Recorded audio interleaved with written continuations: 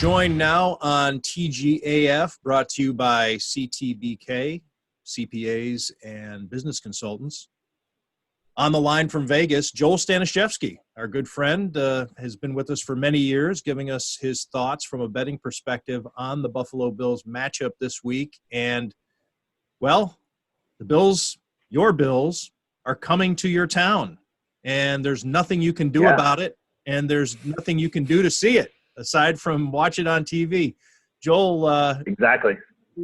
Any thoughts this week on that dynamic of finally having NFL football where you live and not being able to fully enjoy it? Yeah, the season as a whole is extremely disappointing for me. The Bills play on the West Coast 3 times, and my initial plan was to go to all 3 of them, to go here and Arizona and to San Francisco, and now I'm going to none of them. The city as a whole is a little bit different with their embracing of a team. When the Golden Knights were here, it was a brand new team. It didn't have any negative connotation like the Raiders do. So there's of course, there's a lot of Raiders fans here, but there's also a lot of people that don't like that, quote, ghetto following that they have. And anytime you read an article online about any crime that's happening in town, it's like, oh, it's all those Raiders fans are here. We don't want to spend $1 billion on a new stadium. We want the money to go to the schools and everything else. And there's just all this hatred towards them. But as a whole, I think more people are embracing them and are just huge fans of like the development of this and being able to watch the building of this stadium, which is just right on the side of the highway. So I've driven past it 1 million times, and to watch it just being just a pile of dirt, to just being framework to being, what it has become is just amazing to watch.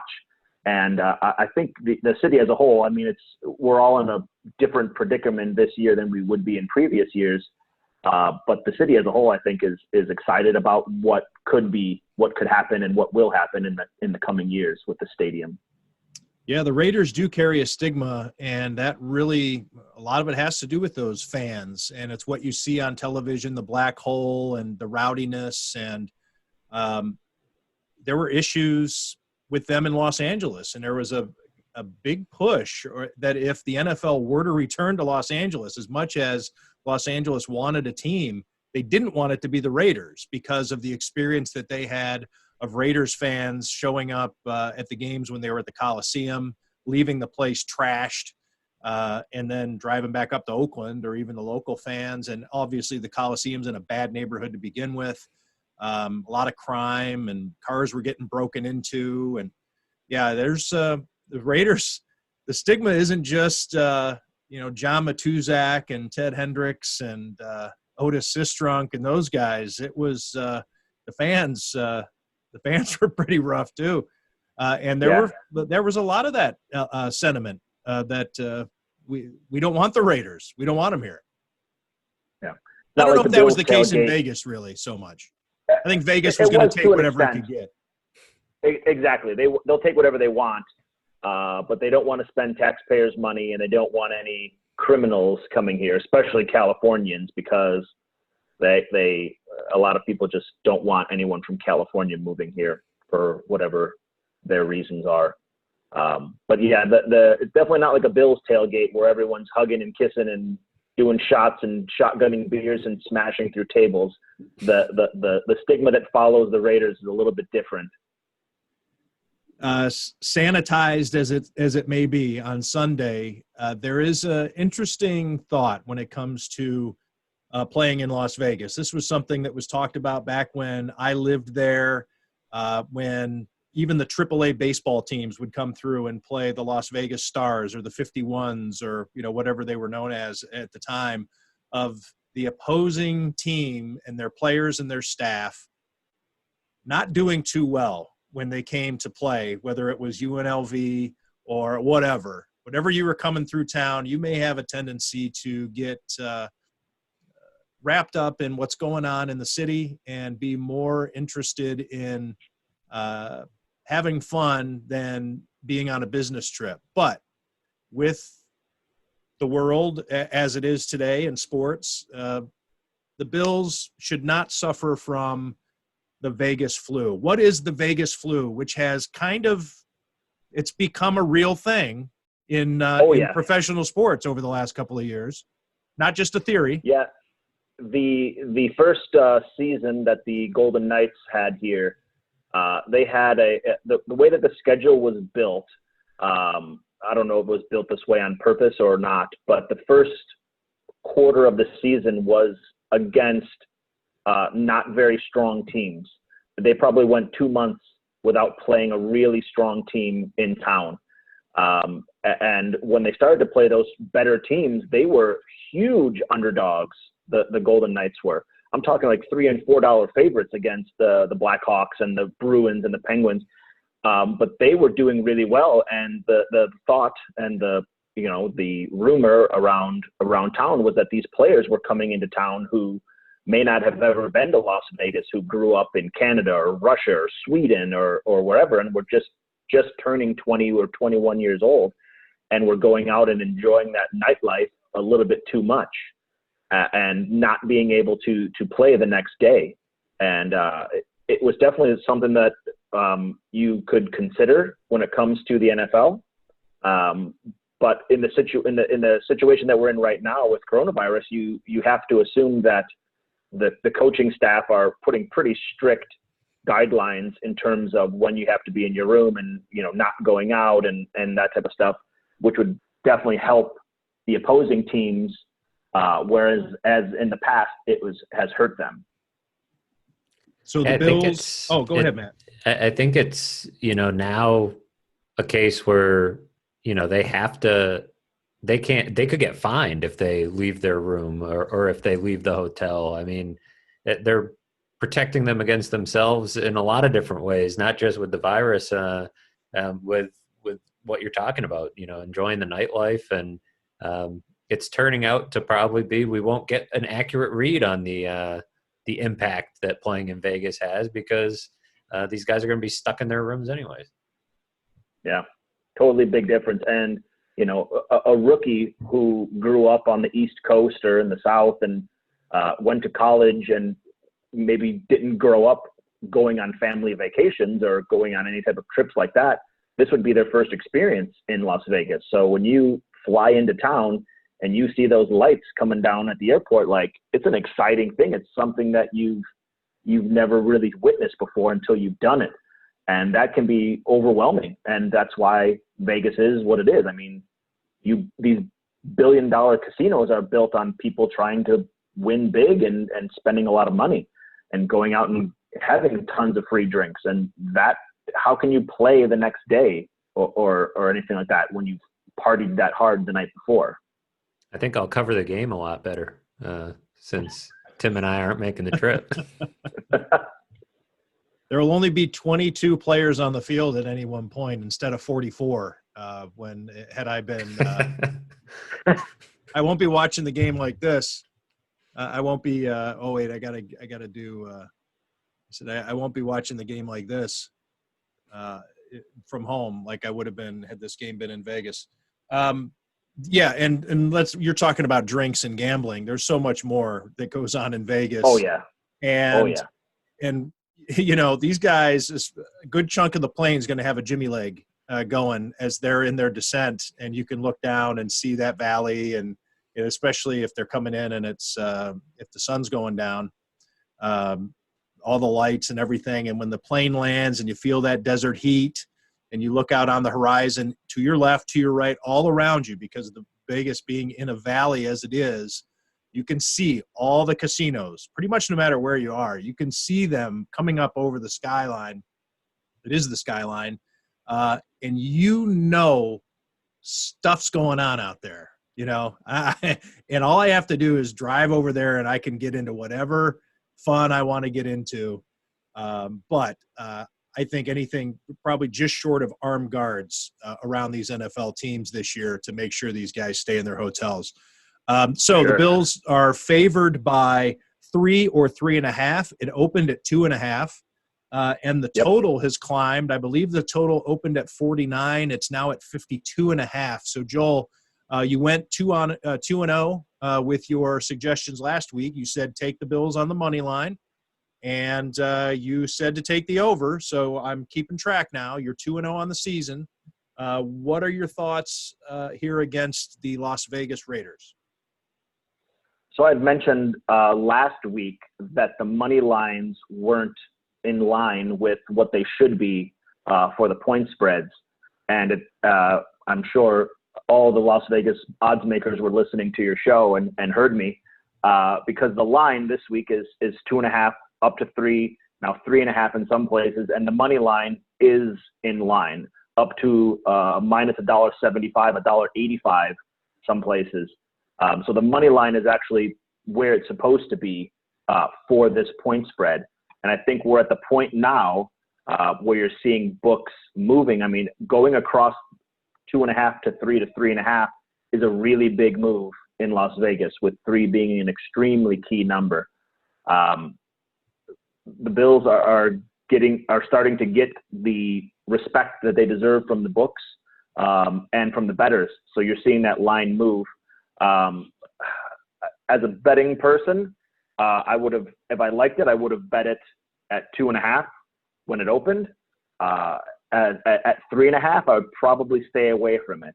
Not that I don't think that they can win.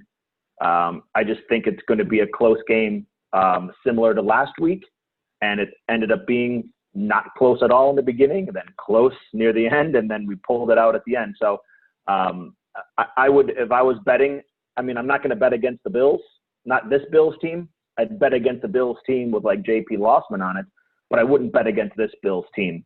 So if you're telling me I have a 3, what am I taking? I'm taking the Bills. And I know that if you look at some of their trends, the Bills, they've gone over 4 of their last 6 games. And I know that they are not as good against the spread. The last 6 games against the Raiders are 1-5. But the Bills are 13-7 straight up in their last 20 games. So that's definitely something that I'm keeping in mind, that this team that we're watching and that we've seen the last couple of weeks, like they can run with anybody. And that was something that we haven't seen from them in such a long time, where you can get the ball with 3 minutes left and think to yourself, the Bills are going to win this game. I know they're just going to walk down the field and punch it in, and they do. So I would take the Bills. The number is moving up a lot with that point spread. But again, with these two teams, they can score at will. I think the Raiders are a little bit more banged up than the Bills are when it comes to key players that they need to play and play well. So again, I'm definitely leaning towards the Bills, and I would continue to lead towards the over until I see a game that the defense can do what they need to do to stop them from scoring. But I think that the offense can score at will against pretty much anyone. We're in conversation with Joel Staniszewski from Sloan, from St. Joe's, from Buffalo State, but now living out in Las Vegas as a handicapper, analyst, and industry. Oh, wait, let me get that right. I want to say you're, as a former odds maker, a handicapper, and an industry analyst. Are you still in the business? Are you still like you're consulting and all that stuff? Yep. And I work with a couple of casinos and their sports books, primarily with their marketing strategies and how those strategies are working to get contestants for tournaments and people to open accounts. So it's still in the biz, still keeping up with it. Good. As long as you keep up with your bills, that's the value that you provide to to Tim Graham and friends. Matt, I think I stepped on you there. You had a question for Joel? I'm curious, Joel, if you got, I know it's a kind of an annual thing for you. What number did you get on the Bills to win the Super Bowl, and how you feeling about it? That's right. 32-1. That's pretty good. I got good. him at 32-1, which was a really good number. When Tom Brady left the Patriots, that 32-1 dropped to 20-1. So I definitely got a good number. feeling pretty confident. I actually have a friend that I worked with in a sports book who owns a company that is called, I can't think of the name of it, but they buy and sell sports betting tickets. So I could conceivably sell my ticket and make profit off of it right now. Wow. It's like a kind of like an eBay for sports bets. So you say, I have this bet, I have 32 to 1 for $100 to win $32,000. I'll sell it right now for $500, and people would buy it. See, Matt, this is what your brother could be doing. Right. Matt's brother is an actuary. So that's what an actuary does, right? You invest in the numbers, and that's what Joel's been doing his whole career. It's all about the numbers. A lot of people get emotionally invested. Joel is, though, a cross of the two, because we're able to get him to break down the numbers, but he can never disavow himself of being that Bills fan. So he's always got that aspect of it. Real quick, Joel, news this week, what's happened to the Tennessee Titans. That will be Buffalo's next opponent. The game is scheduled for Nashville in week 5. It seems as though that game is going to happen, because they were discussing even the Titans playing the Steelers on Monday night or Tuesday night. So the fact that, we have several more days to get ready for that game, it seems as though that game will take place without too much issue. But what of the Titans now having a bye heading into this game against the Bills? And maybe with the Bills getting ready, going into that game, knowing that they have to play the Chiefs, 4 nights later?